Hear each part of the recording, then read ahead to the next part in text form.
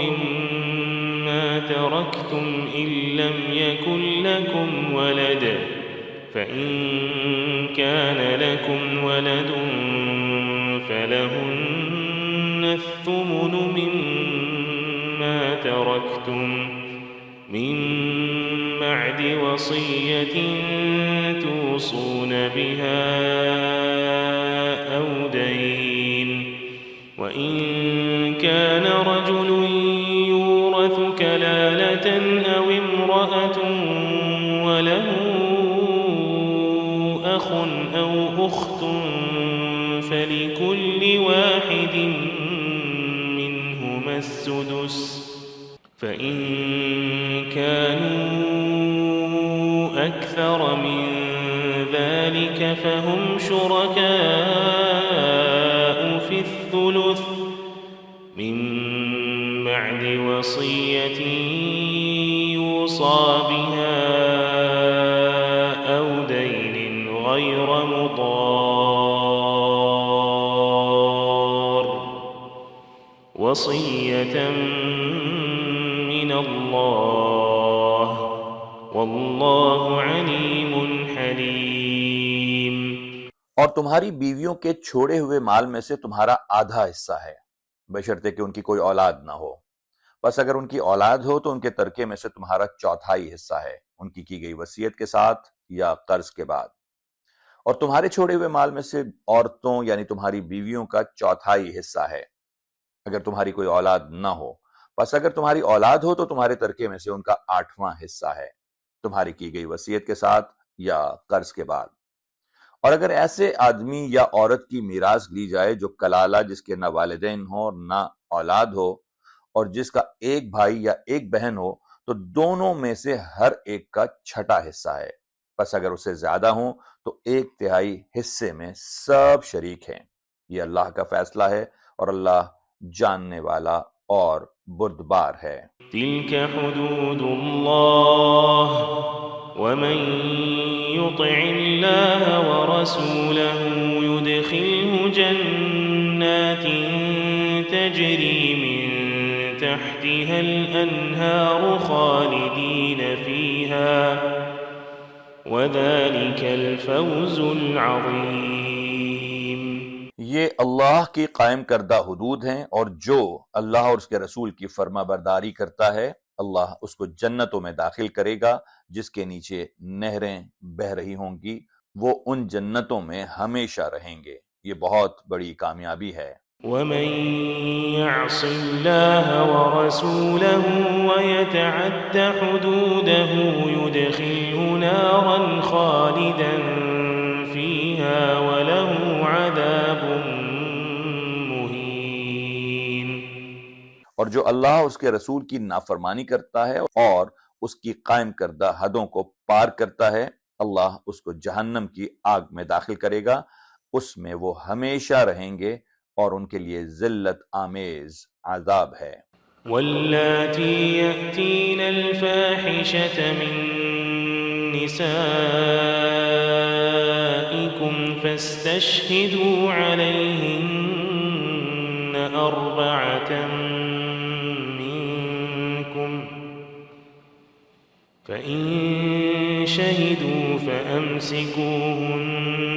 فی البیوت حتی یتوفاہن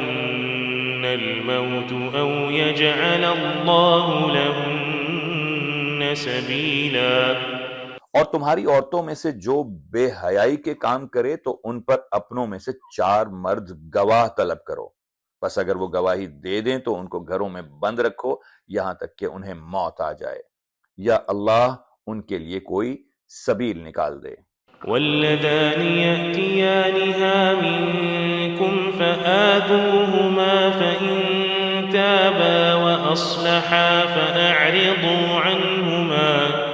إن الله كان توابا رحيما۔ اور تم میں سے 2 مرد بدکاری کا ارتکاب کریں تو ان کو تکلیف دو، بس اگر وہ توبہ کر لیں اور اپنی اصلاح کر لیں تو انہیں چھوڑ دو، بے شک اللہ توبہ قبول کرنے والا اور مہربان ہے۔ انما التوبة على الله للذين يعملون السوء بجهالة ثم يتوبون من قريب فأولئك يتوب الله عليهم وكان الله عليما حكيما۔ بے شک اللہ تو ان لوگوں کی توبہ قبول کرتا ہے جو جہالت کی وجہ سے برا کام کرتے ہیں، پھر جلد ہی توبہ کر لیتے ہیں تو ایسے لوگوں کو اللہ معاف کر دیتا ہے، اور اللہ سب کچھ جاننے والا اور حکمت والا ہے۔ وَلَيْسَتِ التَّوْبَةُ لِلَّذِينَ يَعْمَلُونَ السَّيِّئَاتِ حَتَّى إِذَا حَضَرَ أَحَدَهُمُ الْمَوْتُ قَالَ إِنِّي تُبْتُ الْآنَ حَتَّى إِذَا حَضَرَ أَحَدَهُمُ الْمَوْتُ قَالَ إِنِّي تُبْتُ الْآنَ وَلَا الَّذِينَ يَمُوتُونَ وَهُمْ كفار أولئك أعتدنا لهم عذابا أليما۔ اور ان لوگوں کی توبہ قبول نہیں ہوتی جو برے کام کرتے رہتے ہیں یہاں تک کہ ان میں سے کسی کی موت کا وقت آ جاتا ہے تو اس وقت کہتا ہے کہ میں اب توبہ کرتا ہوں، اور نہ ہی ان لوگوں کی توبہ قبول ہوتی ہے جو کفر کی حالت میں مر جاتے ہیں۔ ایسے لوگوں کے لیے ہم نے دردناک عذاب تیار کر رکھا ہے۔ صدق اللہ العظیم۔